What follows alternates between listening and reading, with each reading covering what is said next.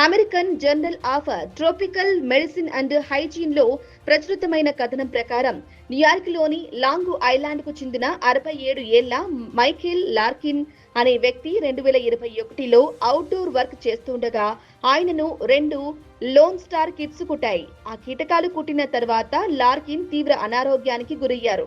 అయితే ఆయనకు ఏ వ్యాధి వచ్చిందో ఖచ్చితంగా నిర్ధారించడానికి వైద్యులకు దాదాపు 5 ఏళ్ల సుదీర్ఘ సమయం పట్టింది.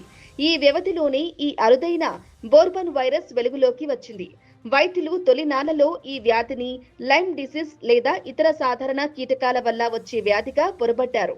దీనివల్ల లాంగ్ ఐలాండ్ ప్రాంతంలో బోర్బన్ వైరస్ గతంలో అనుకున్న దానికంటే చాలా ఎక్కువగా వ్యాప్తి చెందుతుందనే చేదు నిజం బయటపడింది.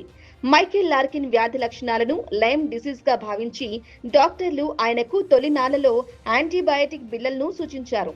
సాధారణంగా బ్యాక్టీరియా వచ్చే ఇన్ఫెక్షన్లను చంపడానికి యాంటీబయాటిక్స్ పనిచేస్తాయి. కానీ బోర్బన్ అనేది ఒక భయంకరమైన వైరల్ ఇన్ఫెక్షన్ కావటం వల్ల వైరస్లపై యాంటీబయాటిక్స్ ఎలాంటి ప్రభావం చూపలేకపోయాయి. ఫలితంగా సరైన వైద్యం అందక లార్కిన్ పరిస్థితి రోజురోజుకు విషమించింది. ఆయనకు తీవ్రమైన జ్వరం, శరీరంపై ఎర్రటి దద్దుర్లు, రాత్రిపూట విపరీతంగా చెమటలు పట్టడం, భరించలేని నరాల తలనొప్పి రావటం ప్రారంభమైంది. లార్కిన్ కు చికిత్స అందించిన డాక్టర్ లూయిస్ మార్కోస్ సంచలన విషయాలు వెల్లడిస్తూ బోర్బన్ వైరస్ ప్రాణాంతకమైనదని ఇప్పుడు మనకు స్పష్టంగా తెలిసిందని చెప్పారు. లాంగ్ ఐలాండ్ లో లోన్ స్టార్ టిక్స్ అత్యధికంగా ఉన్నాయని, నిజం చెప్పాలంటే ఇప్పుడు బయటపడిన ఈ కేసు మంచుకొండ కొన మాత్రమేనని, వెలుగులోకి రాని కేసులు ఎన్నో ఉండవచ్చని ఆయన ఆందోళన వ్యక్తం చేశారు. అసలు ఈ బోర్బన్ వైరస్ అనేది కీటకాల ద్వారా వ్యాపించే అత్యంత అరుదైన టోగోటు వైరస్ కుటుంబానికి చెందిన ప్రమాదకర క్రిమి. సాధారణ ఇన్ఫ్లుయెంజా లేదా ఫ్లూ వైరస్లతో ఇది దగ్గర సంబంధం కలిగి ఉంటుంది. అయితే ఇన్ఫ్లుయెంజా వైరస్లు మనుషుల నుంచి మనుషులకు గాలి ద్వారా లేదా స్పర్శ ద్వారా వ్యాపిస్తే, బోర్బన్ వైరస్ మాత్రం కేవలం ఇన్ఫెక్షన్ అయిన టిక్స్ మనుషులను కుట్టడం ద్వారా మాత్రమే ప్రసరిస్తుంది. ఈ వైరస్ ను సైంటిస్టులు మొదటిసారిగా 2014లో గుర్తించారు. అమెరికాలోని కాన్సస్ రాష్ట్రంలో ఉన్న బోర్బన్ కౌంటీలో ఒక వ్యక్తి రకరకాల పురుగులు కుట్టిన తర్వాత స్పష్టమైన కారణం లేకుండా వింత లక్షణాలతో మరణించాడు. ఆ వ్యక్తి రక్త నమూనాలను లోతుగా పరిశోధించినప్పుడు ఈ కొత్త రకం వైరస్ బయటపడింది. అందుకే ఆ ప్రాంతం పేరు మీదుగా దీనికి బోర్బన్ వైరస్ అని నామకరణం చేశారు. నాటి నుంచి నేటి వరకు ఈ వైరస్ బారిన పడి నిర్ధారణ అయిన కేసులు తక్కువగానే ఉన్నప్పటికీ లక్షణాలు సరిగ్గా తేలియక వేరే వ్యాధులు పొరబడడం వల్ల అసలు కేసుల సంఖ్య చాటుగా చాలా ఎక్కువగా ఉండే అవకాశం ఉందని మైక్రోబయాలజిస్టులు భావిస్తున్నారు.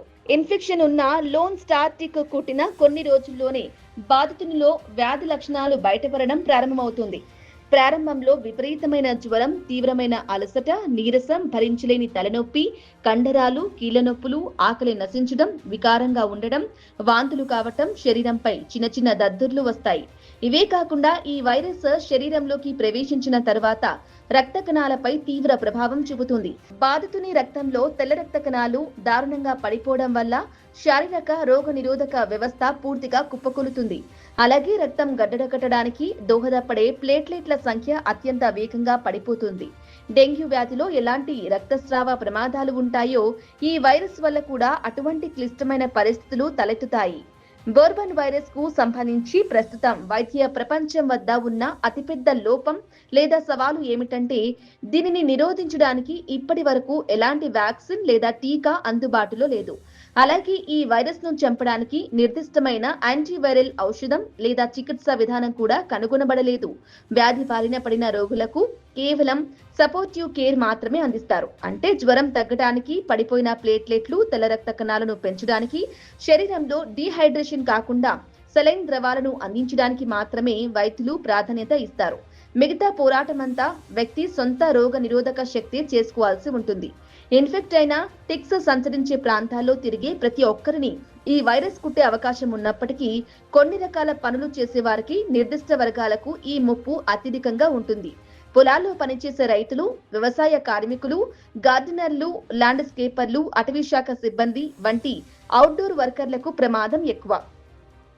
అలాగే అడవుల్లో గడ్డి మైదానాల్లో హైకింగ్, క్యాంపింగ్, వేట కోసం వెళ్లే పర్యాటకులకు కూడా ఈ పిడుదులు కుట్టే అవకాశాలు ఉంటాయి. వయసు మళ్ళిన వారు, వ్యాధి నిరోధక వ్యవస్థ బలహీనంగా ఉన్నవారు ఈ వైరస్ బారిన పడితే ప్రాణాపాయం సంభవించే అవకాశాలు అత్యధికంగా ఉంటాయి. బోర్బన్ వైరస్ కు సరైన చికిత్స లేనందున నివారణే ఉత్తమమైన మార్గమని ఆరోగ్య నిపుణులు హెచ్చరిస్తున్నారు.